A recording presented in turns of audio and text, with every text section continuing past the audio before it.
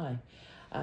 Ko Waio, ko Tawhitirahi te maunga, ko Awapuka te awa, ko Paringaringa te moana, ko Potahi te marae, ko Te Apauri nai takatoa, te iwi ko Heka te whānau, ko Vanessa Kite tōku ingoa. I'm the founder of Rākau Water, our little service here in the middle of Karaia, and it's all based on mental health, lived experience, and home people helping home people. Wow. And what made you want to start this? Lived experience. Yeah. It's everyone that works here, I don't care what your CV says, what have you lived through? That's what gets you the job here. And so the idea of this came through my personal story. So 30 odd years in addictions and domestic violence and all of that lifestyle stuff that comes with it.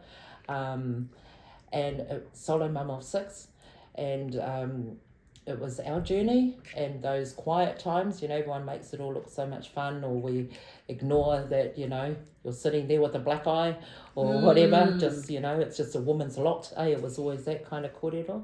But it's when you're alone with the kids is that thinking started coming through, like, number one, I was brought up by my nanny, so I knew that it was wrong. I was trying to force myself to be comfortable in a space I wasn't. And for it to be normalised. Yeah, but deep down was like, nah, bro, I don't like this, And then that's when the conversation would come with the kids, like, I wish we had this, I wish we had that. And as I started to get clean, both here and in Australia, and then I started to create this, all of this, and I wish I had someone to talk to I could trust, and not having to. I remember one time they gave me court-appointed counselling, and I went in there and I felt blinking worse than when I, went in, because not so much her, I won't give her that power, that she made me feel worse, but it was the pressure of shit, SIFs,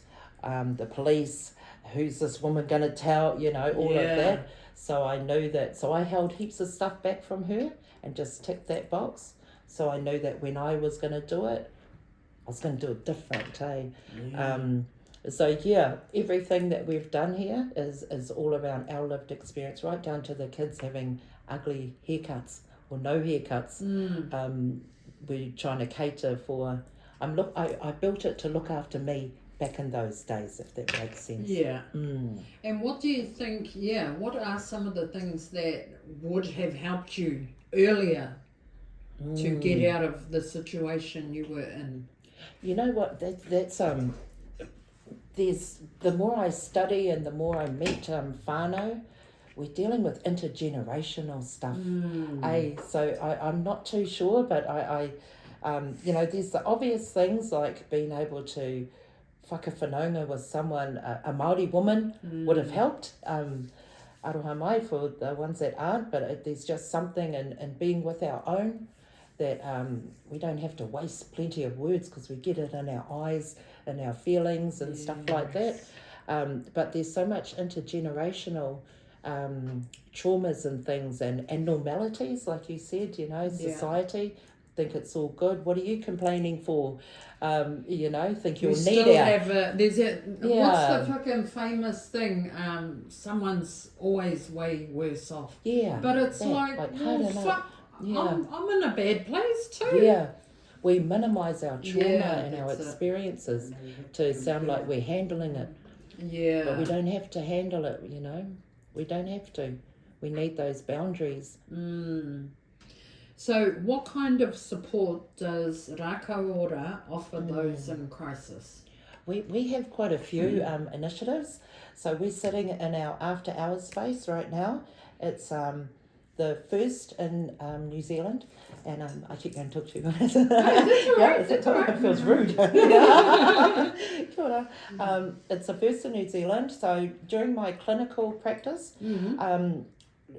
caring for whānau from 9 to 5, it's hectic what our services are doing out there. It's mean, but then you could guarantee, man, like 4:45, one of your clients, but unsteady, Yeah. And all I could give them was a phone line, or and it just did not sit right with me, and because we're not some people will use the phone lines and they are very good, but for myself personally, I knew that I wouldn't.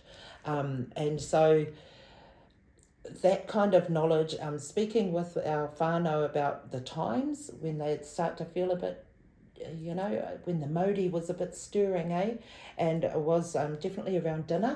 Yeah. Always after 5, always after 5, and then around about that 8 o'clock thing, because sometimes that's when we realise that we have no whānau, or people are going off in the whānau, those sort of times. So that's where this space came to be, that you can just leave that for a minute.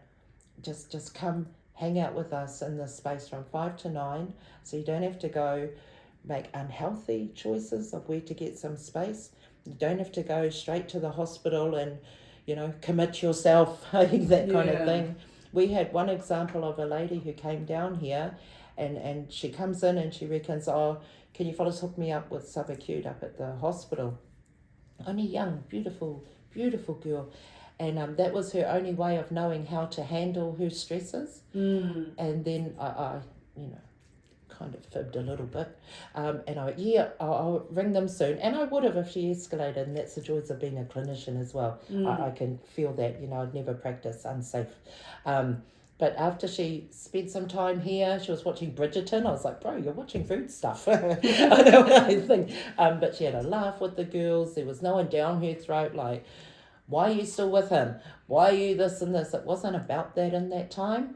And when she first came in, it was like, no, I got no whānau. By the end of it, she said, I actually got a really cool auntie.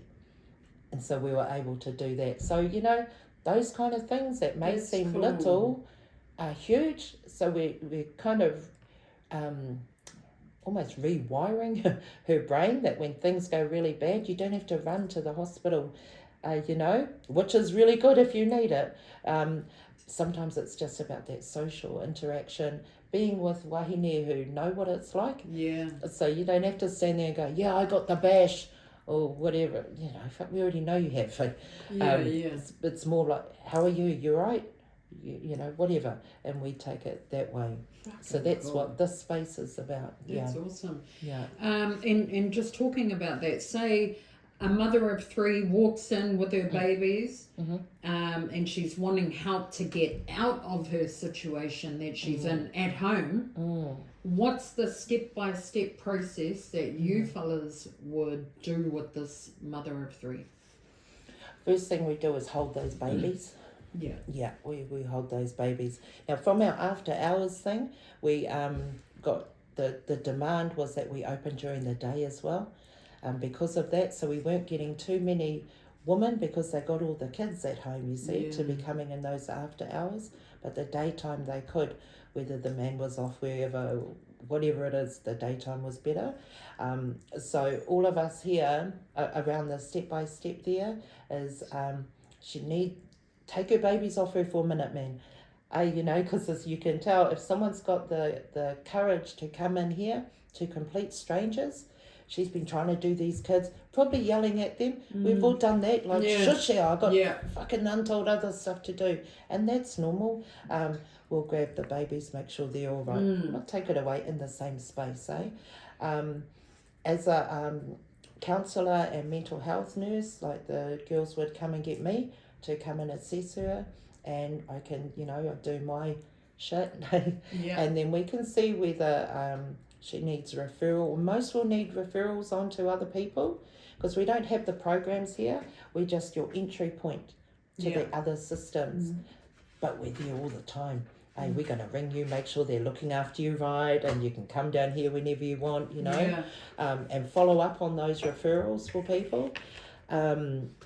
The only clinical thing that we got through us here is our counselling, and that's when I'm able to address those trauma bonding, why we're going into those relationships, intergenerational traumas, which we think are just words. A lot of us just think it's just words, but it's why we behave the way we do now. Like I'm from 4 generations, probably more because I don't know past there, of intergenerational whānau harm in different ways. We've been finding more now. It's financial, psychological. some abusers, perpetrators are getting a bit clever on the twats, Yeah, you know, yeah, because you'd always get those ones, oh, nothing on your face, but you're going to get it on your back, you know, Yeah. all of that sort of thing. But they seem to be getting a little bit more clever with Yeah. the systems coming in as they do. Yes. But what scares me about that is that they're holding it in and there's a snap. Yeah, that's right. That's what scares me about them, you know, doing things, controlling that way. Yeah, because you were just saying it's not just about the physical, but financial. Oh, that was Hey. huge. Controlling the woman by the finances. You can't afford to fucking leave me. Yeah. Kind of buzz. And so much manipulation, eh? Like, you know, if you go, I'm going to tell Wins that you Yeah. think this and you're selling tinnies, I'm going to tell OT, you know, they're going to take those kids off you. So there's these huge manipulation and blackmail situations for our wahine, eh? Yeah. Do your services offer or arrange transport To you? Oh, to me? Bro, ring up and we'll make it happen. Yeah, absolutely. We'll try not to say no to anything. We're not those ones, and I think that's because we come from a lived experience lens. And, our girls have been known, one of our girls, boy, she's got a loud paru's car, and you can hear her come to work, like, real paru car, man, how loud it is, and she chucks some whānau into her car and, come on, we're going to go down to, the northerner, go and have a look if there's rooms down there, so we'll just do our own, we'll make it happen. Yeah. Can whānau access your services over the phone or video call or online, or how far is your fellas reach that you will help whānau in need? Because we're in the far north, so obviously not Auckland, but if you ring up and go, hey, what's a service in Auckland? Oh, we'll Google it for you. Hey, we'll find out, What about if there's whānau in Kawakawa ring you? Yeah, hard out. Hey, Yeah. mean. Anyone from the far north, all our whānau in the far north, yeah. Who do you help predominantly? Is it men, women, children, or is it... Whānau. Yeah. Yeah. But the ones that initiate that support is usually the wahine. Although I'm starting to notice a few more tāne coming through, and that's interesting. They're a bit more shy, and yeah, but they're starting to come through. Once they get past my beauty, we tend to be able to speak better. Yeah. If a mum urgently needs help and has no vehicle, what do you do as a service to help this mum? So it depends on how she got in that position. Not how she got in that position. Is there domestic violence that's put her in that? Then, obviously it's a safety thing. And we work a lot with Women's Refuge. Nice. They're amazing, the mahi that they do up here. And so, we'll do a quick assessment, like, do we need someone there like ASAP? Whatever, have you got any other support? So there's a bit to it. But ultimately we're putting them in a safe space. Yeah. And then working on the mum because we've got to start changing our thinking, wahine. Yeah. Expecting more of how we're treated. Demand more. No, mean. Are there any restrictions on who you can help or who you help, or nothing? No. No? If you're human, come. Hey, if you're getting hurt, come, man. It's and I think the only restrictions is the government funding. That's huge, but we're moving through that. Yeah. How long do you support the whānau? So you were saying before, a whānau will come and then you'll assess them, figure out in what way do they need assistance, and then utilise the resources and help them to get in contact with them. How long do you stay in touch with that whānau? Forever. We're a drop-in space. Oh, man. Forever. Yeah. As long as you need us, we'll be there. Because we don't run programs as such. It's more awhi kōrero, so it's not like there's a 12-week program and someone comes to us, the program's 3 weeks through, I'll go on the wait list for that, that's cool for that, but no, there's no programs. You can come in at any stage, you know. Yeah. I mean, No, you just come. awesome. Do you have any success stories of whānau who have utilised your fellas' services? Oh, untold. I was thinking about this one before. There's heaps, but you know, sometimes I think the most successful are those subtle successes. And so we have, I was sharing, part of our service too, we do tattoo removal. So we had a wahine that came through our after hours space, Yeah. real quiet, just sussing us out, and that's cool because I would too, you know. And she now comes through for counselling and also the tattoo removal. So her tattoo, I thought wasn't too bad. I thought it was kind of cool actually, but to her it so wasn't. And her partner had held her down and tattooed this thing on her, and we see a lot of property of. Yeah. I didn't know they were still doing those.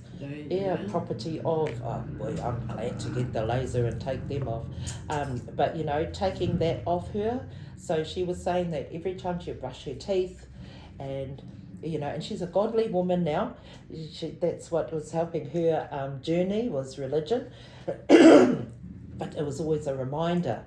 So it's those little things. Because the tattoo was on the face. Yeah, oh, yeah. So every day, and you know, and then there's the judgment of people like, oh, look at this solo mum with tattoos on her face, and you know, if your kid's got a little bit of a hoopy nose, they go, oh, look, got a hoopy nose. You know, you just can't win. You can't win. But the biggest success for that was that she chose us. And we were able to, like, you know, get her to trust people again. And that's really important because our people don't trust services. They don't. So because we don't see ourselves as a service as such, we're more like, you know, come to Auntie Ness's. That kind of thing. But if there's something serious, then I got you. Hey, because I got that clinical background as well. No, awesome. One thing I did think was would be an awesome thing is if we had a look around your fellas' facility, just to give that insight for mums out there or whānau out there that want to come in and kind of scope out what the fuck it looks like first. Yeah, come and suss us out. Yeah. We're all right. We'll suss you now. I think we've got one more question and then we'll go for a bit of a look. But you are open, how long are you fellas open for? This space here, the other one's all 9 to 5. This one here is 10 to 2 because our a lot of our whānau is getting the kids off to school, and same with our lived experience because everyone who works here doesn't get paid. We're all volunteering. We're all on the benefit. I'm still on the benefit. I'm on solo mum benefit, and so from 10 till 2 here, and then the afternoon ones come from 5 till 9. Wow. Yeah. And we're all studying. That was another prerequisite, because study helped me get through all of that shit. Yeah. And so everyone here is studying. Okay, awesome. No, let's go